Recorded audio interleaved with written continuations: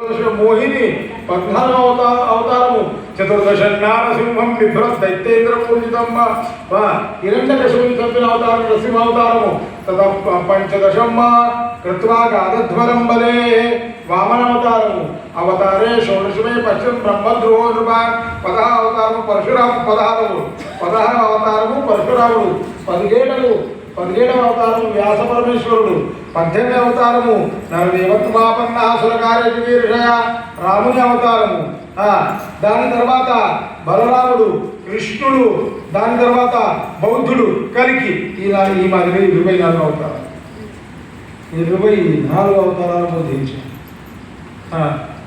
ఈ 24 అవతారాలు బోధించిన తర్వాత భాగవతం ఎందుకు నిర్మాణమైంది దానికి కారణం చెప్పారు.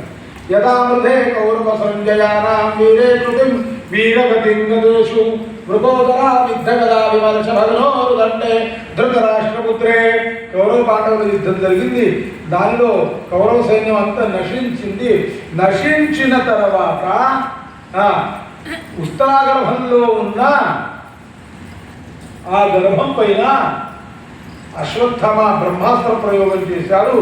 భగవంతుడు అంగుష్టమాత్ర స్వరూపాన్ని ధరించి అక్కడ నుండి రక్షించాడు.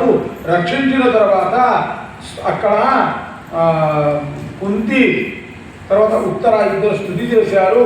నమః పంకజనాభాయ నమః పంకజమాలినే నమః పంకజనేత్రాయ నమస్తే పంకజాంగ్రే ఆ స్తుతి చేసిన తర్వాత వరం అడగండి అత్త అని అన్నాడు. అత్తకు వరం అడగంటే అత్త ఏం వరం అడిగింది గుర్తా? అల్లుడికి విపద స్వంతురత్ర జగద్గురు స్వామి హే జగద్గురు కృష్ణ అడుగు అడుగుకు సంకటాలు రావుగాక అని ఇది అడుగుతున్నావు అత్త. అందరూ సుఖం కోరితే నువ్వు సంకటం చెప్తాను. ఎందుకు సంకటం ఎందుకో చెప్తాను. ప్రతి సంకటంలో ఎట్లెట్ల సంకటాలు వస్తే అట్లట్ల నీ జ్ఞాపకం వస్తుంది కృష్ణ. సుఖంలో ఎవ్వరు భగవంతుని జ్ఞాపకం చెయ్యడు. కష్టంలో సంకటంలో దుఃఖంలో ఉన్నప్పుడు జ్ఞాపకం. ఆ కుమారుడు పుట్టాడు. వారి పేరు విష్ణురాతులని ఉంచాడు. భగవాన్ శ్రీకృష్ణుడు వారి పేరు మార్చేసి వారిని పరీక్షితి అని నామకరణం చేశాడు.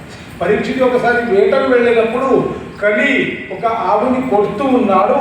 అప్పుడు కలి శరణం వచ్చిన తర్వాత ద్యూతం పారస్త్రియస్తున్నా యత్రా ధర్మ చతుర్విధ తోడుతం రజో కామమ్మ రజో వైరంజమంచమమ్మ చెప్పాడు. ఇన్ని చోట్ల నువ్వు ఉండు. ద్యూతం ఎక్కడ ఆడతారో అక్కడ ఉండు.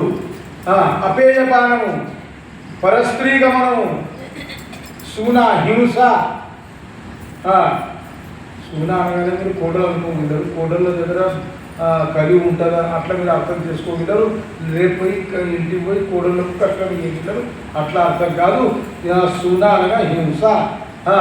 వాచి